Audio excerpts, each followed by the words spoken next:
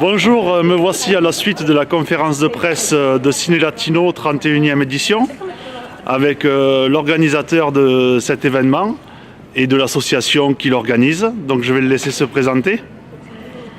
Oui, Francis Ndizier, donc je suis effectivement le président actuel de Ciné Latino, rencontre de cinéma d'Amérique latine de Toulouse. Et donc effectivement, nous organisons la 31e édition du 22 au 31 mars prochain. Que pouvez-vous dire sur beaucoup de choses, mais pour résumer, par rapport à ce festival, comment il s'est construit, comment est né le projet Le projet, il est né d'une façon très simple. On était très solidaires de l'Amérique latine, de la solidarité humanitaire ou des droits de l'homme.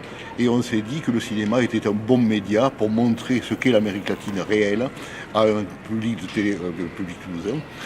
C'est comme ça que s'est créé les rencontres, utilisant le média cinéma, fiction ou documentaire, pour montrer les réalités de l'Amérique latine, les réalités physiques ou imaginaires de l'Amérique latine.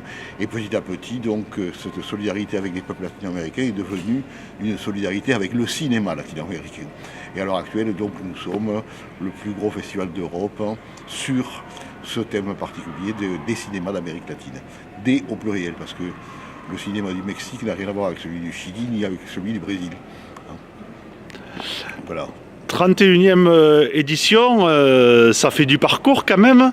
Que pouvez-vous dire sur depuis la première édition, le déroulé, les plus, les moins, ce qu'il y a pu avoir Depuis la première édition, ce que je peux dire d'abord, c'est que moi j'ai pris 31 ans, puisque j'y étais à la première édition. Donc ça fait du temps.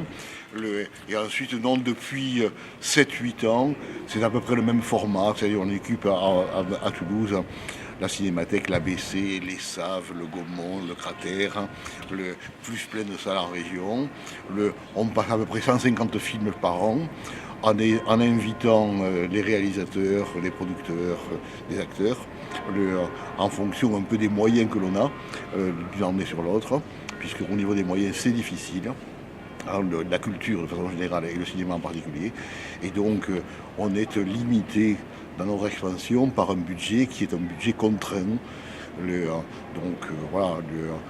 Pour vous donner un exemple, on a un budget qui est moitié moins que celui de Biarritz ou moitié moins que celui de Montpellier pour Cinémed. Et donc on se débrouille avec une compensation par un nombre extraordinaire de bénévoles, de gens qui ne sont pas payés, donc des jeunes. On a 400 pendant le festival, mais aussi toute l'année pour sélectionner des films, etc. Il n'y a pas un seul membre des jurys de sélection qui soit salarié, sauf Eva, qui est la responsable. Tous les autres sont bénévoles. J'ai pu voir même par rapport aux bénévoles, un qui était dans la salle de la conférence de presse, ça fait 7 ans qu'il y est, il me disait, il est enseignant et il a fait différents postes au sein du... La plupart des bénévoles c'est comme ça, ils restent une dizaine d'années. Nous, les fondateurs, on est là depuis 30 ans.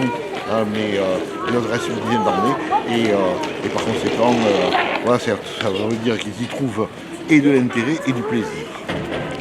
J'ai pu voir qu'il y avait une action autour de l'handicap et autour du culturel. Voilà, tout à fait. Depuis une dizaine d'années, nous travaillons avec des structures qui prennent en charge ou qui s'occupent de la vie sociale des travailleurs, des handicapés. Et donc ça continue avec les sourds ou les malentendants, ça continue avec des gens de DITEP ou de maisons d'enfants à caractère social, ça continue même avec ceux qui sont incarcérés, puisqu'il y a une action à la prison de Montauban. Et c'est une action qui est financée avec le soutien de la direction régionale de l'action culturelle, la DRAC, qui nous aide à persister là-dedans. C'est assez extraordinaire le succès, puisque maintenant, il y a chaque année beaucoup de bénévoles qui sont malentendants. Ce qui veut dire que pour commander sa bière, il n'y a pas besoin de demander un demi, il suffit de montrer avec le langage des signes. Par rapport au cinéma, vous en parliez pendant la conférence, il y a la difficulté de faire des films en région que vous essayez de développer de plus en plus. Oui, parce que la région Midi-Pyrénées n'est pas très au point par rapport à ça malheureusement. Et on a passé un accord avec les producteurs indépendants de la région Occitanie maintenant, pour favoriser les coproductions entre la région Occitanie et des pays d'Amérique latine. Ça fonctionne assez bien. Donc on a pas mal de projets, une vingtaine de projets par an, et quelques-uns arrivent au terme, donc finissent par être des films.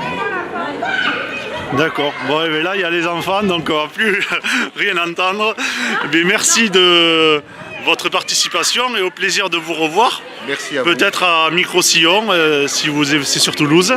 Voilà. Au revoir. Merci à vous, au revoir.